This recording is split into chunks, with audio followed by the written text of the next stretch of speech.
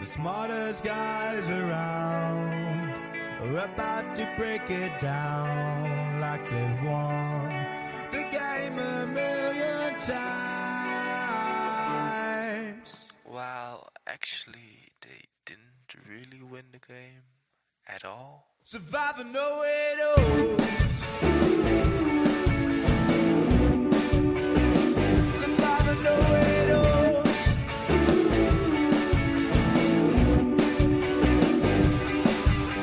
Stephen and Rob without a doubt got the game all figured out. They know it all.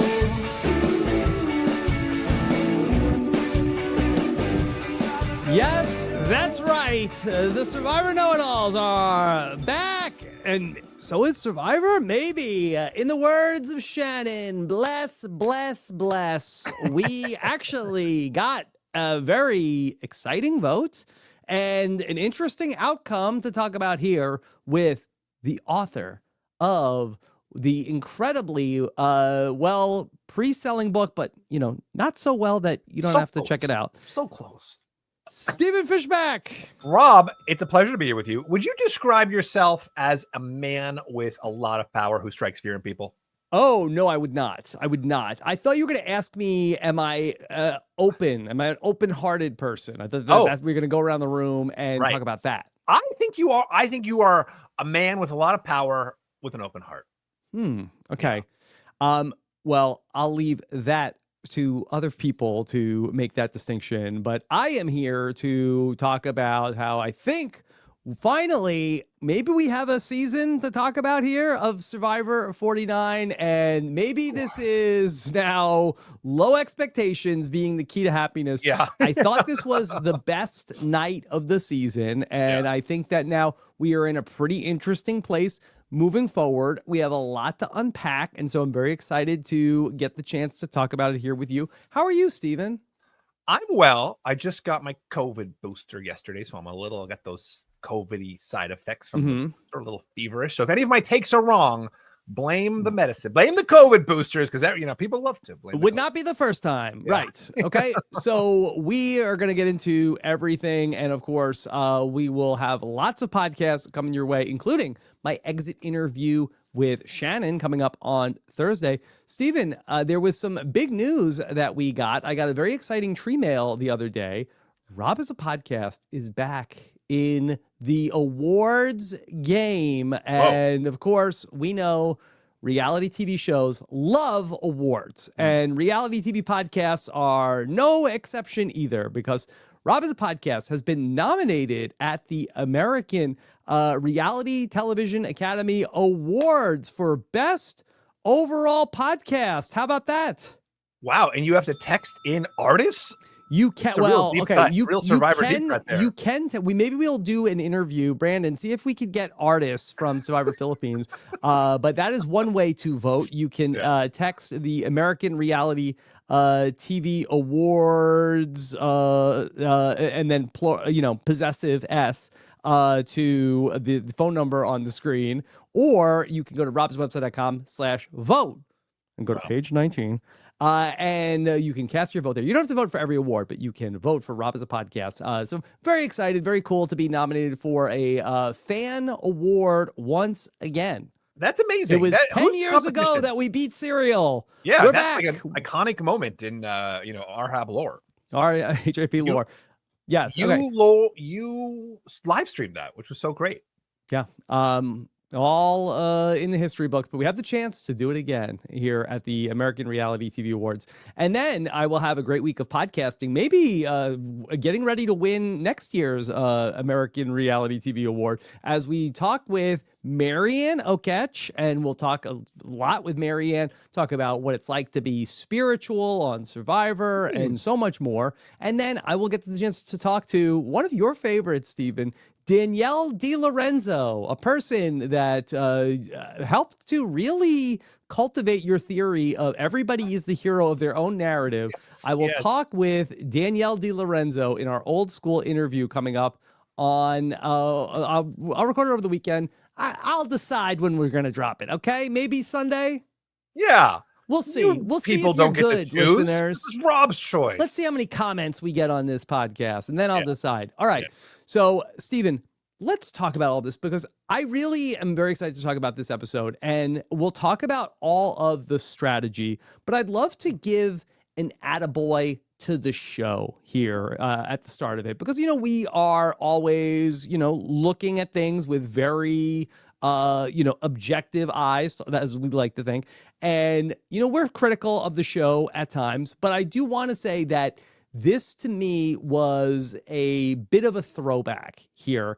And I think that this was a great illustration of a lot of the things that I feel like that we have been missing, especially here in the new era. And this is the story of Sage and Shannon. And I think that what was really fun and interesting about this over the last couple of weeks was that we saw Sage make a decision in the game to vote out Shannon, not because it was the correct strategic maneuver, and we'll talk about that more, I'm sure, but Sage made the decision she made because of a personal dislike she had of Shannon. And ultimately, that is something that we have been sorely missing from Survivor. And I think it's something that is a consequential part of the show's DNA of people who do not like each other, who are forced into this very unique circumstances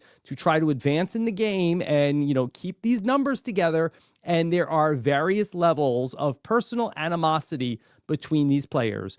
And I think that one of the things that we've gotten away from, and I understand the germ of why they did it. I understand that when we came into the new era, I think that there was a very conscious effort, and it comes from a good place of that a lot of that personal animosity over this show's 25-year history may have come from all sorts of places of bias, whether it was maybe racism or homophobia or this person isn't fitting in, we don't like them.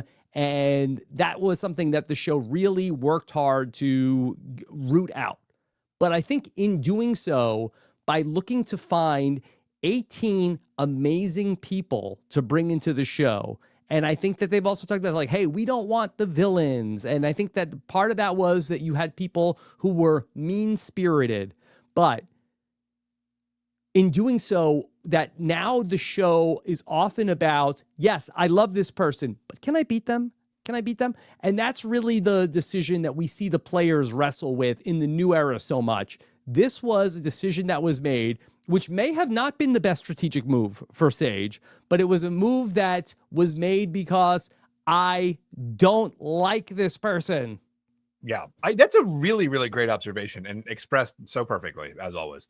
But just so much of what was exciting about the very premise of Survivor was this idea that you're bringing together 16 or 18 or 20 people, 24 people from really different walks of life and forcing them to collaborate, to scheme against each other, to live together, like huddle together for body heat. And it has become... there's been a lot of criticism, and I think you're right that, it sort of emerged from this good place of the homogeneity of these casts as kind of all like peppy, nice, get along people. But I think you're right that like the biggest issue in that is just that there's no personality conflicts. It's all become strategic conflicts, that it's less about maybe, is there one archetype of player than it is like everyone is so friendly and everyone is so focused on strategy. And it's all like, does this 4 beat this 3? And like, yeah, can I beat that person at the end? And like, what's my position in the game? What's my resume? And so it loses who has the doodads? Who has the magical devices that will give them the thing? And because they have the thing, I have to make the move. But it's been so sorely lacking where it's like, I don't like this person and I'm going to work with this person despite the fact that I don't like them, or it would make more sense to work with them, but I hate them so much that I have to see them go home. And I think that is something that I just feel like this audience has been clamoring for. Yeah, and we're getting that too with Savannah and Juwan, obviously, in a very watered down way. I mean, that we got it probably a little bit more last week, and then in the opening of the show, Savannah's was like, "I love Juwan, but does he know he's at the bottom?" He's like, "I love him though." This was not like at the end of this episode when Shannon is doing her Shannon thing, hugs, hugs, hugs, and then she goes to Sage and goes, this was such a great Survivor moment. And she goes to hug Sage, and Sage is going to just keep it because I think that the difference between Sage and Savannah is that Sage, I do feel like, is so authentic. Yeah. And I feel like that my read on Shannon, I'm sure, is a wonderful person, no doubt. That I feel like that her story has been one of her inauthenticity. And so in her inauthentic way, she was like, this was great. This was wonderful. I love this. I'm no hard feelings, everybody. And Sage said, hey, I can't even fake hug you. How about a handshake? Yeah, that was great. I will say, vis-a-vis the authenticity, we saw today that Shannon very authentically liked Sage, right? She's like, I want to work with Sage. I want to re-explore this relationship. Sage is saying, she's giving her the sister hugs and I love yous and the whole hand holding, and then is literally doing asides to the camera where I don't know if I would call that authentic necessarily. Well, I agree she was with you at overall. least, okay. Fair point. Sage was authentic to us, 100%. That she was in her confessionals, in her story. She was 100% that she does not like how Shannon is. Shannon, we saw, was throwing Sage under the bus when she went to the last tribe that she was at, and now all of a sudden that the numbers behoove her to work with Sage, that she was very much selling a different story. We were always on the same page. We've always been this close. And so I feel like that in her confessionals, I don't feel like that Shannon has been nearly as authentic as Sage has. And I feel like when I'm talking about somebody who's authentic versus inauthentic, I do also mean in terms of their relationship with us at home. And that is, I think, why one of the reasons why Go ahead. No. Go ahead. You finish your thought. I just think that's why I think Sage has really resonated as a person that you could easily squint your eyes and imagine Sage in old school Survivor. Yeah, totally. And I really loved Sage. She's been really fun. I mean, the fact that she literally can't, she is giving those asides. She literally can't control her face, for 5 minutes to have. That said, I want to, I do think Shannon has gotten beat up a little bit, and I want to defend her just because I do think there's another side to that story, right? Mm-hmm. Where she made the correct choice on the previous she was Kelly. Yeah, she was Kelly. The second tribe was Kelly. To throw Sage under the bus. If we were, as strategy critics, we would say yes. Your job in that situation is to throw the other person under the bus, and then when the game state changes, you can come back together. And she said, Shannon said, that hey, last tribe we couldn't really work together. Now we have the chance again. Now we can be back together. And I felt bad, because of, and I felt like there was a moment when she said hey, I felt bad that this was kind of the situation on the last group, but hey, we're here again together.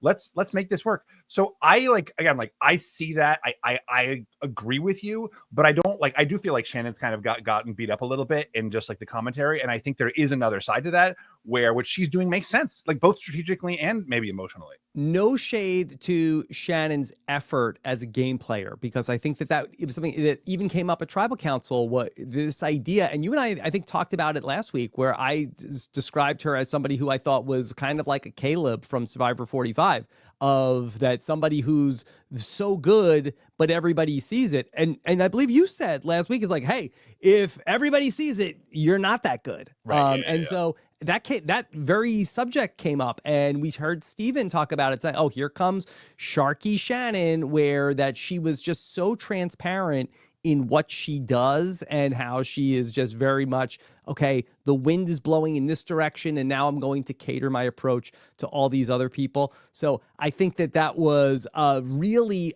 a well-told story in terms of how Sage, as a great narrator, clocked it. We got to see it every step of the way. By luck, We had them on 3 consecutive tribes in a row where Sage just could not get away from her.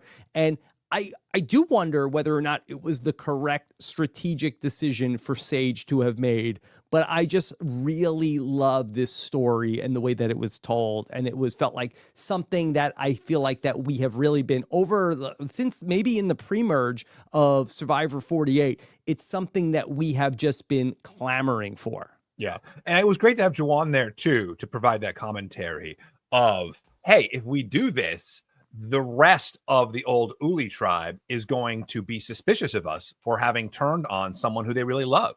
They're going to want to know why we voted out Shannon, and that might go over very badly for us. And I kind of foresee that because Sage and Juwan were already the people on the outs of that group, and they just need a reason, right? Like Savannah is looking for a reason to vote out Juwan. You know, she's like, he like listens in on my conversation. Like he's in the shelter when I'm in the shelter. You know, it's like it's like some of these things are pretty thin. He got upset at one point in time. And so I think now that she's voted out Shannon, who was one of her real allies, that will be a good reason for Savannah to justify actually voting out Juwan. Okay, this is the Survivor Know-It-Alls. Let's talk it through. Do you feel like that while this was the right move for us and it was the right move for the producers of the show, okay? So we win, they win. But for Sage and Juwan, was this the right decision to have made? Well, we're fortunate. I mean, for Juwan, maybe yes, because you've got Shannon saying let's vote out Juwan. We know more than Juwan does, right? Yeah. So I think that in general, you want to remove the people who are actively targeting you from the game, and I do think in this case where there is this kind of layup consensus vote with Stephen, and Shannon decides to target Juwan. It's not a bad choice for Juwan, even if this is the thing that ultimately gets him voted out. I don't, from what we've seen so far, Juwan is in a pretty precarious position as it is. The better question is Sage, who is, actually we see, and she can't know this, like Shannon legitimately saying she wants to work with her now. And, is this a bad call for her? On the one hand, voting out Shannon might kind of hurt her ties to the old Uli. On the other hand, she was always at the bottom of that old Uli group. So do you want to go back to an alliance where you're already 5th place? I don't know. Yeah. So this is a very interesting position to talk about. And I actually feel like that when I first was watching it, I was like, oh, maybe this isn't such a great move for her. But the more I'm thinking it through, I actually do like this move because I think that it really opens up a lot of other things in the game. Now, one thing to monitor is the timing of this. And I'm reminded of in Survivor Ghost Island that I believe it was the last tribal council before the merge. I think that they had gone into 3 tribes also in Ghost Island at one point, right before the merge. And Dom Abate threw the challenge and wanted to throw the challenge to get rid of Bradley. Yes. And we were like, oh, Bradley and Kellen were close. And this is going to be a whole big thing. And then you get to the merge. And now there's so much going on at the merge. It's almost like, all right, this was like old news. There's not even enough time to sort of like rehash what happened. Like, oh, yeah, it turns out she was saying my name. I had to go for her. Okay, Shannon is forgotten. And I do think that the merge coming up, I think, is going to be a real palate cleanser for everybody. That for Rizzo and Savannah and for Nate, it might sting. But I do think that they are going to have to get over it because this group that we thought was really in a very powerful position coming out of last week's episode, now when we take a look at it, it's really just those 3 Uli, and now they have Sophie B with them. So that's 4. But if Juwan and Sage all of a sudden are now thinking about going with other numbers, that group isn't really connected to too many other people, unless that and even Nate on the tribe that he was on, it did not seem like that he really befriended the other people from the original Hina tribe. And MC, it didn't really seem like all of a sudden, okay, she's so close with Rizzo and Savannah. You could start to see the world where the remnants of Hina and Alex and potentially Juwan and Sage could come together and they could have numbers here. Yeah, the challenge is that I think Juwan is this, really Uli loyal guy. Every one of his confessionals is, I like this other person, but I gotta stick with my tribe. I gotta stick with Uli.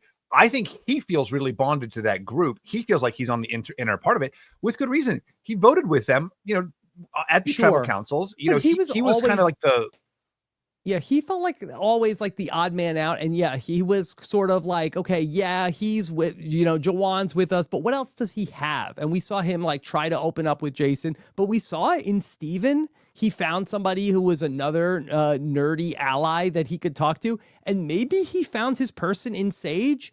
And if Sage is able to sort of sell Jawan on like, hey, I have friends over here. There's other options for you. These people are cool. Like, I don't think that Jawan necessarily is so married to Nate and Rizzo and Savannah. Especially, I kind of could see Savannah getting the most mad at Jawan for Shannon getting voted out more. That's so what I'm Sage. saying. I think so I disagree with you about it from Jawan's perspective. I think I don't think we've talked about it from Jawan's perspective. I feel like we talked about it I was talking about it from Sage's perspective first.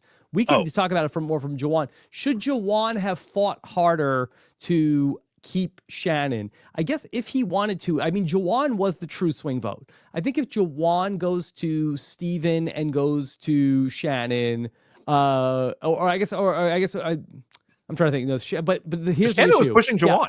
Yeah. Shannon was pushing. Like, had Shannon stayed, the vote is Stephen. Like, I wonder if maybe this might have gone differently. I think that's likely. I think that Shannon gave Sage the ammunition that she needed to go to Jawan. I think this is the right move for Jawan because, again, someone's targeting him. I also think, to your point, this is going to be what Savannah needs to justify her voting him out. And I can see him being that sacrificial merge vote where, on the one hand, you have these Hinas who are probably desperate to vote out someone from Uli, and then the other hand, you have these Ulis who are like, we don't trust him. Like, he just voted out Shannon. We never liked him. He put sticks in my bag. And so let's get rid of him. I can easily see that fate, like that fate for him.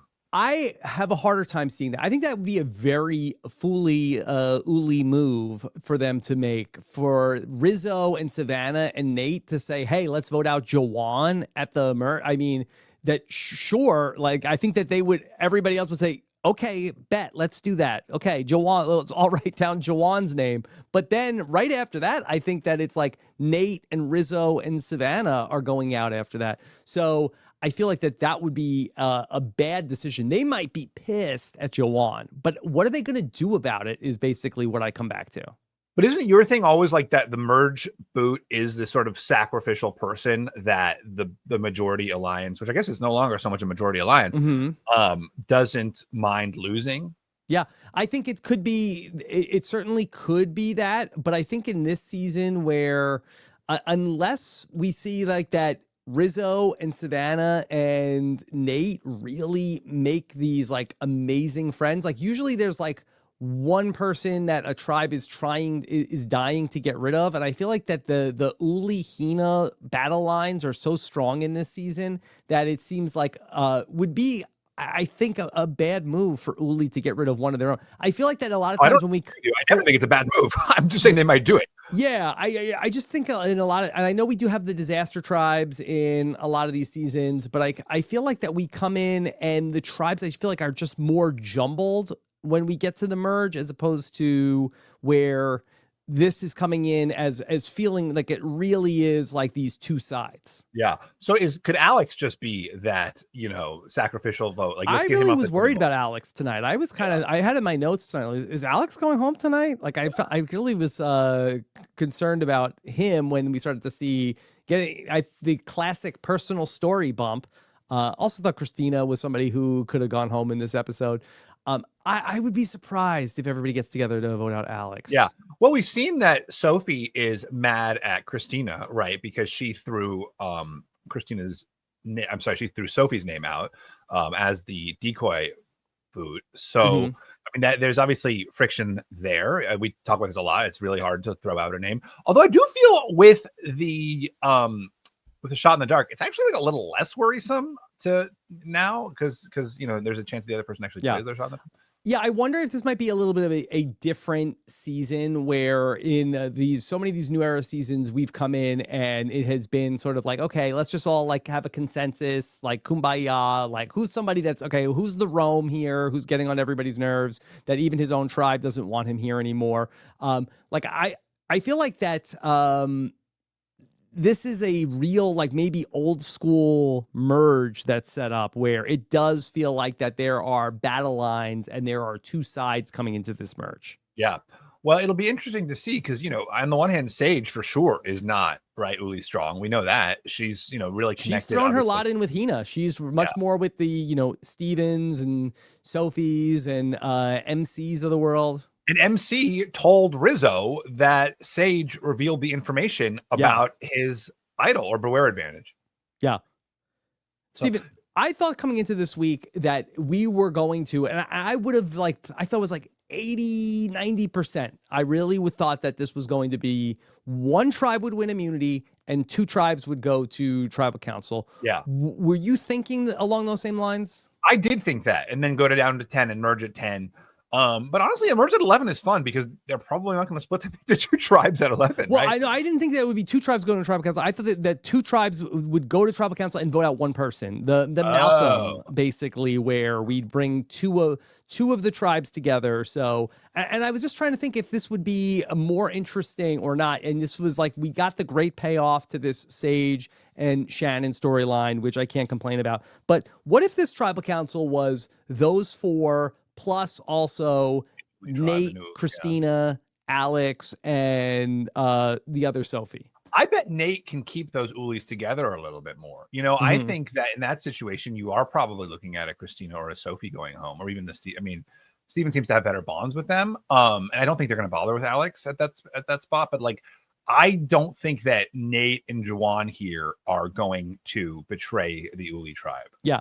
So if you have Nate in there, you think that Nate sort of stabilizes all of that, and then that they get together and they vote out. So, and then Stephen would be back with Christina and Sophie. And then Alex, who was with them, previously. And Alex was with them. So I do think that that's sort of setting up like kind of an interesting 4-4 showdown. And then maybe does Sage flip? And does Sage? Oh, that could have been fun. That could have been very fun. Yeah. I'd hate to sort of throw more twists into this, but I feel like that this was something that was at least a throwback to something that they did a couple of times in the 30s.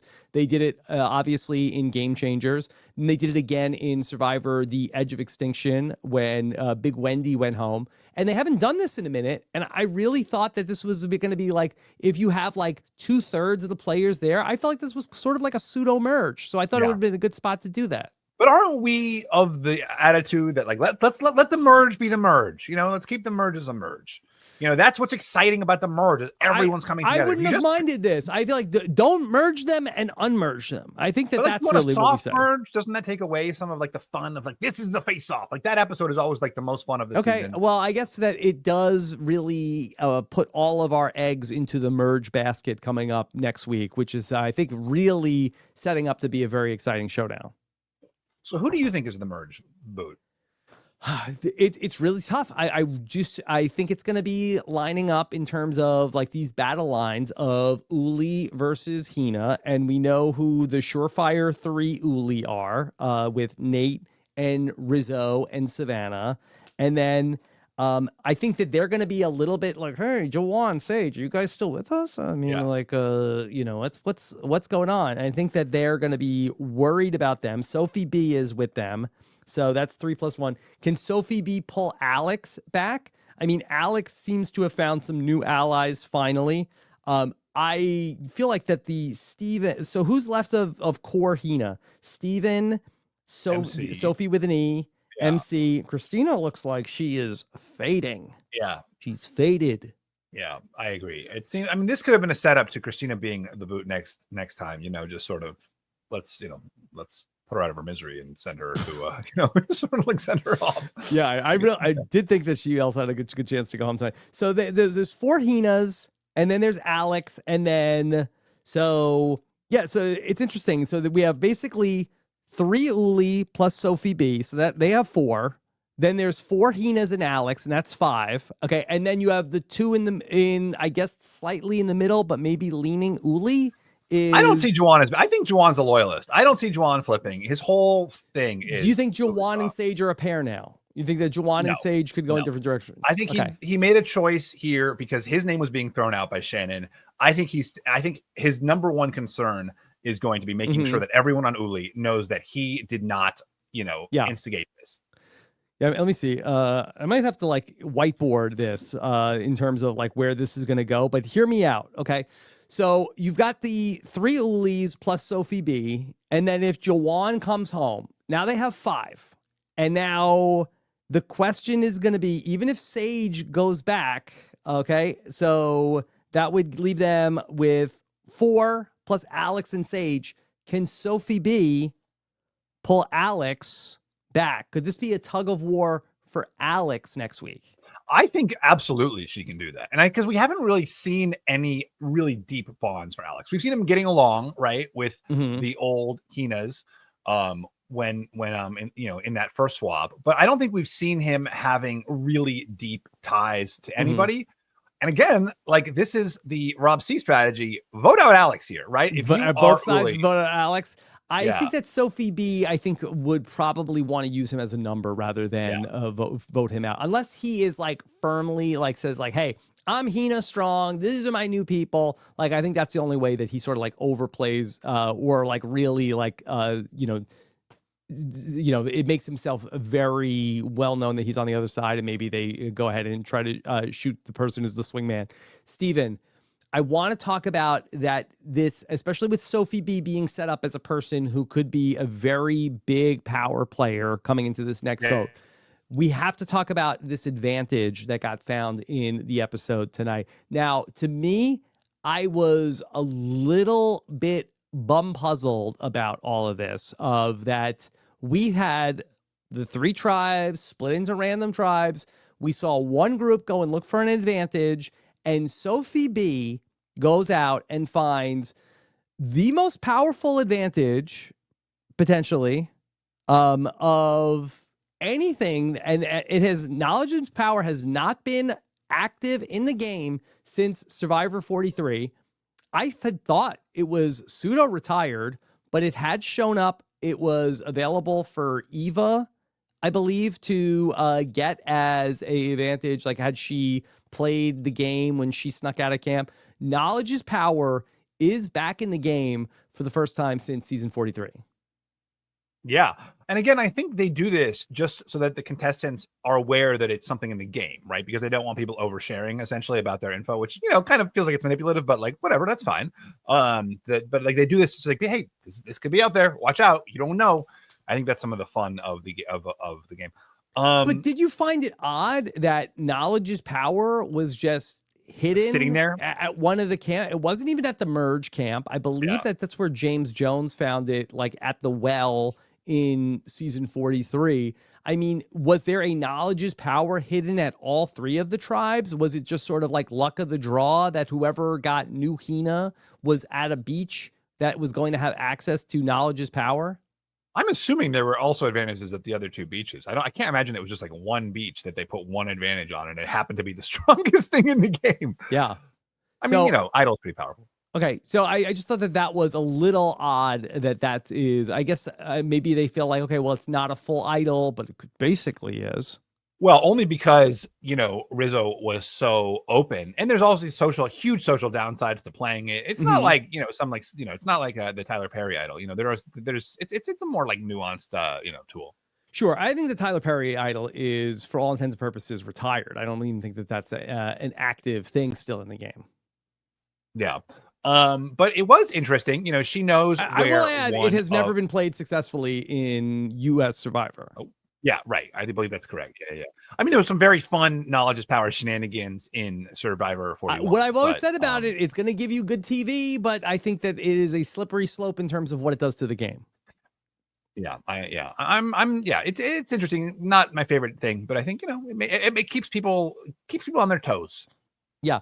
Okay. So, what are the known advantages that are in this game right now? So, We know, and Sophie B is an interesting person to have this because she was already a person who was trying to steal Alex's idol earlier in the season, was trying to vote Alex out with his idol. So she is a very crafty player to have this. She knows about Rizzo having an idol in his possession, and now we saw MC come clean to Rizzo about his idol that he has, but she did not say that she has her idol, correct? Yeah, she didn't say anything about it. And she said, in fact, she said, like, I don't know if anybody found it. You know, because I think that Rizzo straight up asks MC, and MC says, I don't think anybody found it over there. And what's the deal now with MC's advantage, her beware advantage, where she is going to lose her vote, you know, until she loses a immunity challenge to go find the idol. But now the merge has happened. She's never lost the challenge. Is she just going to, after the first individual immunity challenge at the merge, have to go look for her idol? Wasn't there a similar situation with Hunter? Was that like at all the same where like there was a merge happening and then he had like the beware advantage and they were like, you got to go find this now. I do remember that. I don't know but it wasn't an issue with him having to have lost the challenge. At least I don't think so. I'm not, or you know what? I think it was sort of like a Fugazi thing where it was like, oh, I got a note and it said I have to go do it before I have to go do the thing. So maybe we'll see that with MC next week. Yeah. That is the likeliest scenario. And then nobody ever. Oh, you know, Alex had the blue. The yes, Kelly and then he played it at the Tribal Council where Jeremiah went home. Question for you, Rob. So obviously this worked out very well for old Hina with Shannon going home, who was not just an Uli, but kind of part of that core Uli group. That being said, should new Uli with Sophie, Christina, Alex, and Nate, should they have thrown the challenge here? I mean, everybody's given confessionals about like, oh, it looks like it's going to be a showdown between Hina and Uli, but nobody's actually doing anything to like put that, you know, for that showdown to resolve itself more favorably for them. Yeah. Do you think that that's what Christina was trying to do when she couldn't put the poll together? I don't know. I don't know. I think we would have gotten a confessional if that was thrown. I mean, if you're going to be throwing the challenge, you can't have Nate on the table maze. Yeah. Yeah. So I don't know if maybe that there was been some incentive there, but maybe like Christina seemed a little checked out. Maybe Sophie with an E would have potentially been thinking about that. Alex, I'm not sure if he feels secure enough about his position to be able to do that. I think you'd really need to have like 2 or 3 people who are really locked in to be able to pull off that move. You're right that would have been a much better outcome for, it did work out okay with Shannon going home, but it would have been a better outcome to take out Nate. It's just crazy to me. It's like the game is not the obstacle course. The game is Survivor.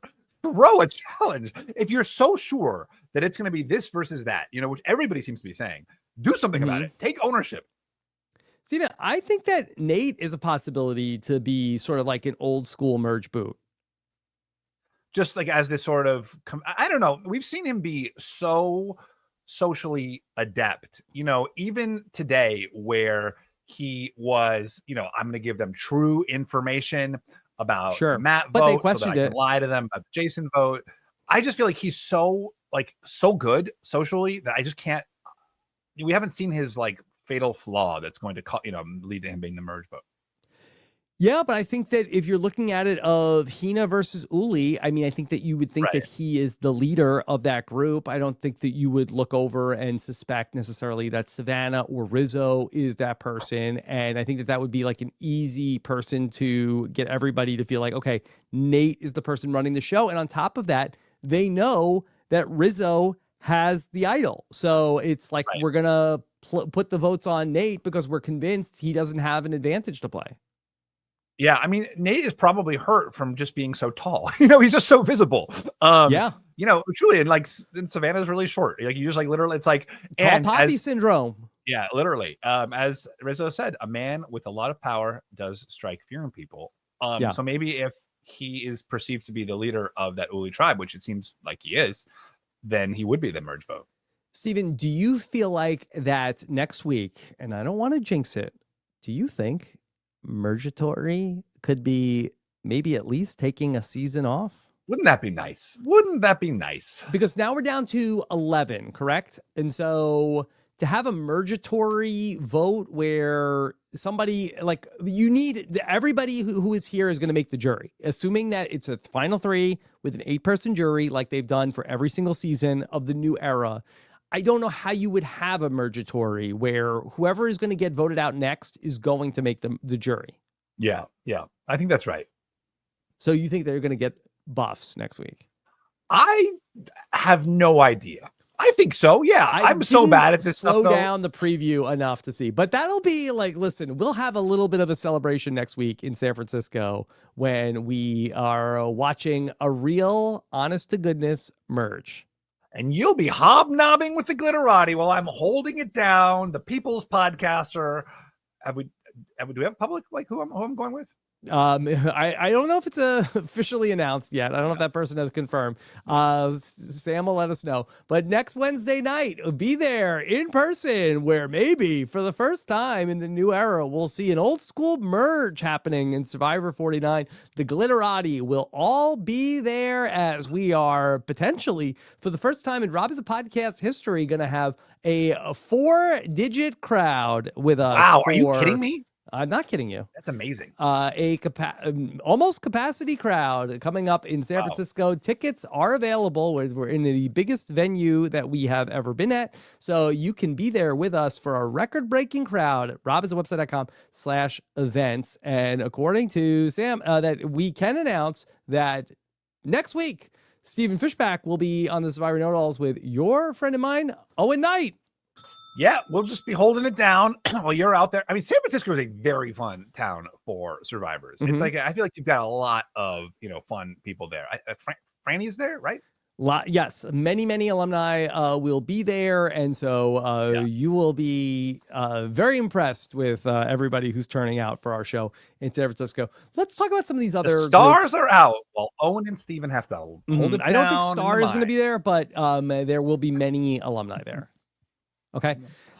Let's talk about this other group. So we have the brand new Hina tribe, which is MC, Sophie B, Rizzo, and Savannah. Right. Rizzo and Savannah, they have been together this whole time. I do feel like that duo really clarifies, this getting swapped successively with people. I was with Jeremy and Kimmy on 3 Tribes, and we were tight. We were really tight because you just like, this is my group and this is who I'm working with. It really like cements those bonds, especially when you have to go to tribal council. It's been interesting though. I feel like that the show has not really explored the bond and the relationship between Rizzo and Savannah. We have gotten very little about it. It's true. Yeah.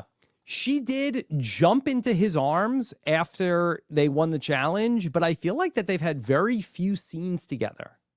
Yeah, that's interesting. I mean, yeah, there is obviously a trust level there. I mean, Savannah was the one who went and when Rizzo had the idol that needed to be dug up at the well, she went ahead and did it for him. There doesn't seem to be like any question of the relationship. It's just been a relationship that I feel like that we have heard about a little bit more than we've seen. Yeah, I mean, we've seen Nate and Savannah together a little bit more. Mm-hmm. Yeah. Rizzo got the chance to don the Survivor fishing gear for the first time, and he said, "This is my Ozzy moment." Imagine Rizzo and Ozzy. Could you even like imagine what that would be like? Yeah, I feel like we saw that season. That was Survivor 23, right? It's been a minute since we've had a Survivor try on the fishing gear and say, hey, well, I don't know what I'm doing. Yeah. Very fun. That's fine. It was fun and fine. The Riz God of the Sea? Yeah. That's fun. Yeah. Snorkel confessional. Tell me about how MC ended up playing this with Rizzo. Did you think that there was anything gained there? I mean, it's so hard to say. You do wonder if this ends up hurting MC because it hurts Sage, and Sage has been showing that she's willing to work with old Hina. Mm-hmm. That being said, like, is this the kind of thing you wait until you lose the challenge to share? Or does that look scrambly? Yeah, I wonder necessarily like because you know that like if you make it through this one episode, or you think it could be a merge, right? You don't know, but you think. So is it too soon to share the information you have, or does it make sense to do it before you lose the challenge? I mean, she knows that if they lose, she's going home. Yeah, I guess what does it hurt her in that position where I think she's sort of like just trying to like get through the day, and now she does know that she has an idol. MC most likely would not go home. I guess there is that chance that it ends up getting back to Sage, and then Sage says, hey, why did you narc on me to Rizzo? And then Sage ends up being mad. But I think at that point, like, where's Sage going? Right. Well, no, but I mean, she might go back to Uli. I mean, I guess at that point, though, she's already, the whole point is that she's kind of like forced over to, I just think that, you want to protect, I don't know, is this just giving up that information before you have to is, I wonder. I mean, on the other hand, timing seemed, I kind of thought that MC was going to reveal to Rizzo of like, hey, just so you know, I also have an advantage, which I don't know if that would have been a great move, but especially because that's now with you have Sophie B with the knowledge is power, obviously that ends up creating more complications. So I don't know. I think that maybe is there a rapport now with MC and Rizzo? It didn't seem like that there's a strong one. Right. And I mean, this is like a day that they're together. It's how long is it? Was it 2 days? Yeah. I will update my, I'm doing it in real time. I think that now I think I probably would have held on to that information, because if we are setting up for this showdown and we are going to have one of these like big old school, like Kagion type merge votes where it's like 5 people on one side, 5 people on the other side, and maybe one person in the middle as a swing vote, where now we're going to put our votes on this person because we know where the idol is. Now you've alerted Rizzo to now they think I have the idol, but if we play the idol on this person, then we're going to like, Rizzo may have like not been playing the idol for Nate in some scenario, but they're not going to play the idol on me. So now I have a chance to stop it. So I think that probably was a little too overeager on MC's part to share that information. Yeah, that's my perspective. I think you hold on to it until you actually need to reveal it, because there's not anybody else here who knows that Sage told them, right? Like she's the only one who has that info. Stephen, let's then talk about what's going on over on the new Kelatra. Nope. New Uli. Uli. Yeah. And so we talked about it a little bit, Alex, Nate, Christina, and Sophie. I think this was an episode that we got the most Sophie with an E strategy talk. Yeah, I think this was her first confessional not about food. So congratulations. Welcome to the strategy talk. Yes. She did say that she thought Nate was feeding her information. I thought that too. I noticed that too. And she did say that and Alex did describe her as a tough cookie. Oh my gosh. Wow. That's gotta be, they know, the producers know what they're laughing. Doing. This is not by chance. So yes. So Christina suggests that they try to lure Nate into a false sense of security, and that she should do that and Alex should do that. And then Sophie, of course, correctly intuits that means I am the decoy boot, which nobody wants to be. Nobody ever wants to be. And that creates some friction between Christina and Sophie. Sophie obviously has felt that she has been on the bottom for this whole time. And now she probably felt coming into this new Uli tribe where she's in the, for the first time kind of in the majority here. They've got a plurality with her and Christina, that this was going to be her chance to have a little power. And suddenly she's the decoy. Christina has had a rough season. I feel like that in the preseason, I know you didn't follow the preseason stuff closely. It's like there was a lot of hype around Christina. This is the new Suri. Oh boy, she has like off the charts that everybody wants to work with her. And it's been a tough stretch. We have not seen or heard a lot from her. She was the one person who was like, who's really genuine and authentic? Shannon. I love Shannon. Everybody had to say to her, but don't you think she's playing the game a little hard? And then also we had her in this episode tonight just basically collapse at the, and again, we saw how hard it was for Jeff. but Christina seems like that she is in rough shape physically. And then also, we ended up that she's thrown out Sophie's name as the decoy vote before they even lose the challenge. Yeah, again, like I think that's something that you really do want to hold back on.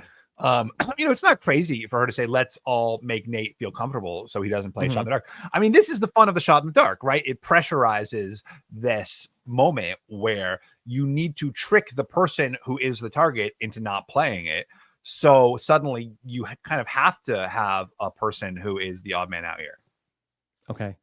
And then Nate manages to get through it. I mean, Nate has done a really good job all through the season. That it seems like that Sophie wasn't necessarily buying what he was selling, but I think in terms of like how well the game has gone for Nate, I think hard to imagine things have gone better for Nate through the pre-merge, even though I do think there's a chance he's the merge vote. Yeah. I think that's, I mean, Nate and he's played so beautifully. Like every scene we see him in, he is being really thoughtful and deliberate and, strategic in the way he uses his social bonds. So, I mean, he's just like, and also he's just a delight to watch. I really love Nate. Stephen Fishbach writes with great energy and humor, as well as a deep understanding of human longing. So who better to ask a literary question than somebody who gets those kinds of accolades? And that was from Jonathan Safran Foer, who was this enormous breakout star, I guess, like the real first literary star, I think, of our generation. So like truly quite like an insane honor, and deep understanding of human longing really came from Survivor, when I would just spend countless nights fantasizing about brownies. Yes. Okay.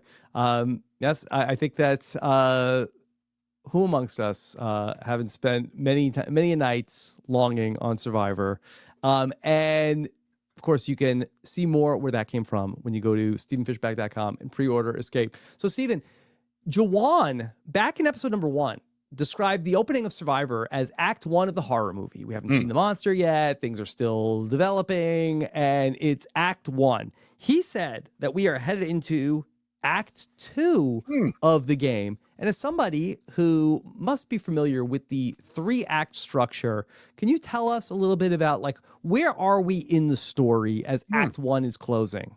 Yeah, I think that's right. Like, that's actually pretty good. The Act 1, Act 2, Act 3. Act 1, you're setting the scene. You've got your people in their normal life. And then there's an inciting incident. They're sent to this island where they have to vote each other out. Boom. Then, of course, like, they're all confronted with problems, and they're in their sort of... you feel like, hold on. So you feel like that the end of Act 1 is still the start of the game? Because I kind of feel like that. Well, the inciting incident, I guess you're right. The inciting incident is not... Yeah. Is Shannon going home our inciting incident? What is the inciting incident? So Act 2, this is going to get a little complicated. Act 2 is typically, right, I mean, if it's a 3-act structure, not a 5-act or a 4-act structure. I think 3, yeah. Act 2 is kind of where everything comes to a head. There's the climactic moment. And I do think that probably is the merge, right? Where the big conflagration or the big conflict happens. And then, you've got the sort of back half of Act 2, which is the problems closing in. Our protagonists who think they achieved their goals now are beset with new issues. And I'm sure that's going to be, oh my gosh, we got out Nate, or we got out whoever, Alex, and now we're turning on each other. Oh my gosh, the problems are closing in. Darkest the truth hour. Is revealed. Darkest hour, Dark Night of the Soul is the transition between Acts 2 and 3. Can they do it? Typically, we see that in, I think, either the episode before the finale or the finale itself, where the protagonist looks like they're on the ropes. And then, of course, I think Act 3 is basically entirely in the finale, where they turn on the juice and power through to the win. Yeah. I'm trying to think of if there's a Survivor season where we have like a really like faithful 3-act structure for a person. I wonder maybe if it's like Marianne in Survivor 42, maybe as we head into talking to Marianne, where she basically has it's, the opening of her story, and I'm doing it for the weirdos. And then ultimately, she ends up going into this big merge where she looks like she's going to be the person who gets voted out. And then all throughout the second act, she is very much like trying to find her way in. And then basically things look very bleak for her. People have counted her out, but then she ends up idling out Omer out of the game. We're playing the extra vote against Omer, and then goes on to have the great final tribal council. It's not bad, right? That's pretty good. That's really, really good. Yeah, and then she's got this like big. So getting rid of Omer is the Dark Night of the Soul, or is that's like I think right before that. I think before, when it looks like that Omer isn't working with her and she has to work with Romeo. That's how bad things are. Wow. Oh, right. Yeah, that's right. You were really sure that Romeo was going to like bring everybody together. Yeah. Okay. All right, Stephen, you know what time it is. Whoa. Let's get into who's going to win. This is a good as much as I'd love to win a American Reality Television Award, that's not the award that we're about to talk about now.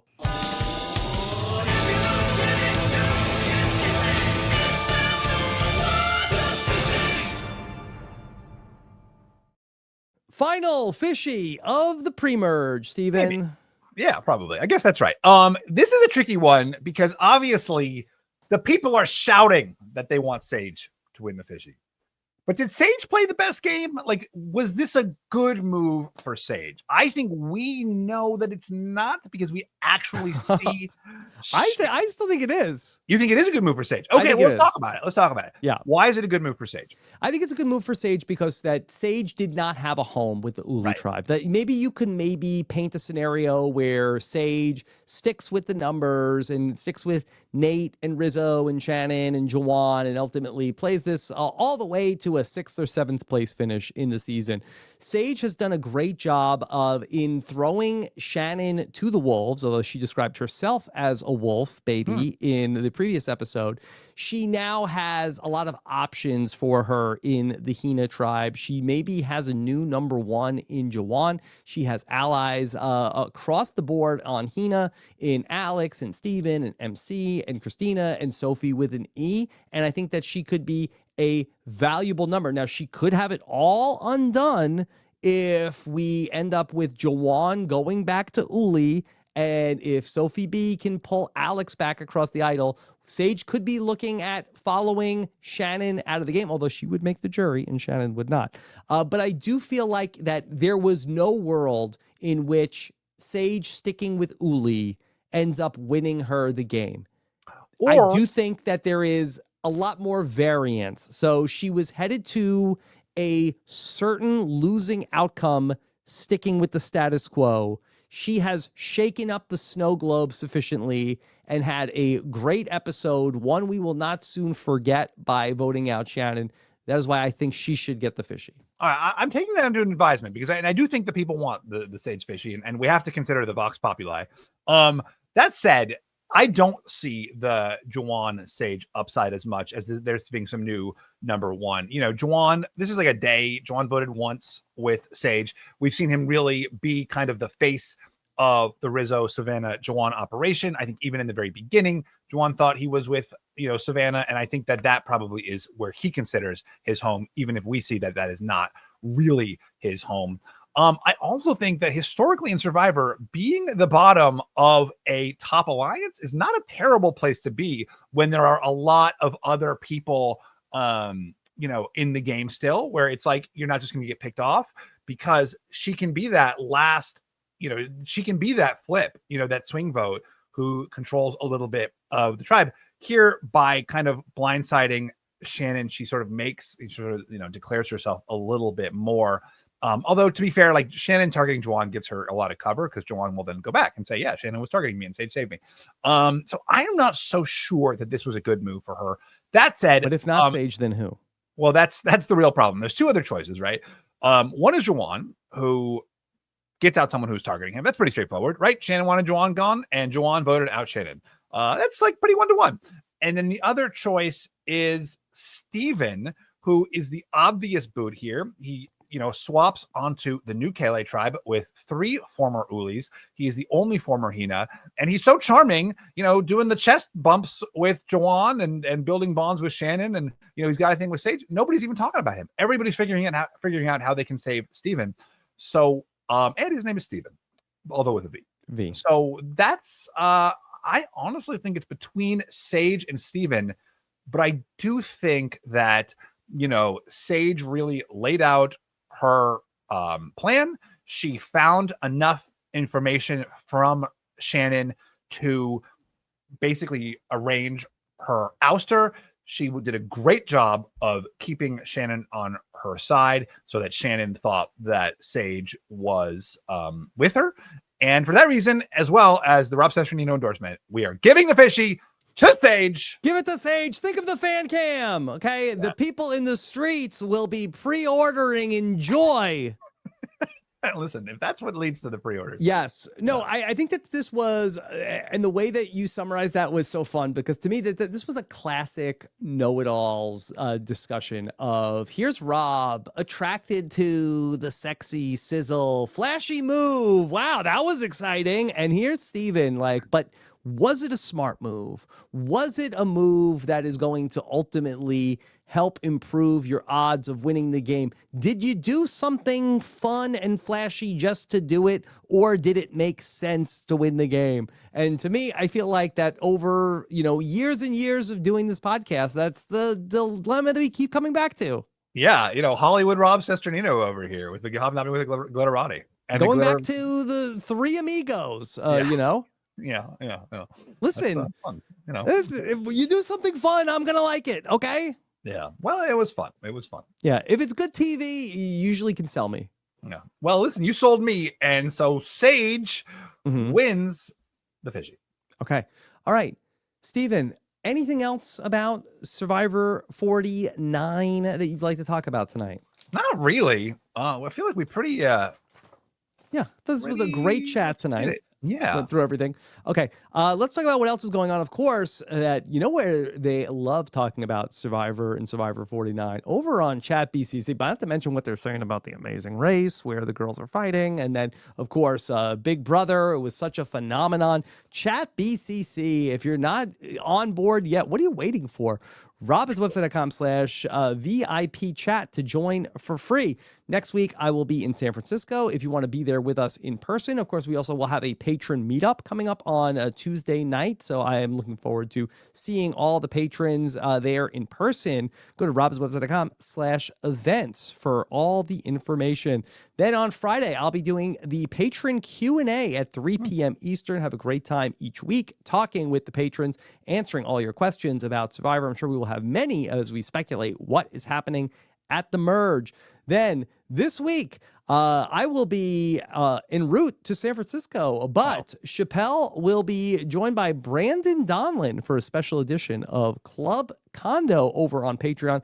robhasawebsite.com/patron to check out all of the benefits you get when you become a patron of Rob Has a Podcast. And then, of course, we have all the other podcasts for you in the WeKnowSurvivor.com feed, the B&B, Global Survivor, Why Blank Lost, and Survivor News.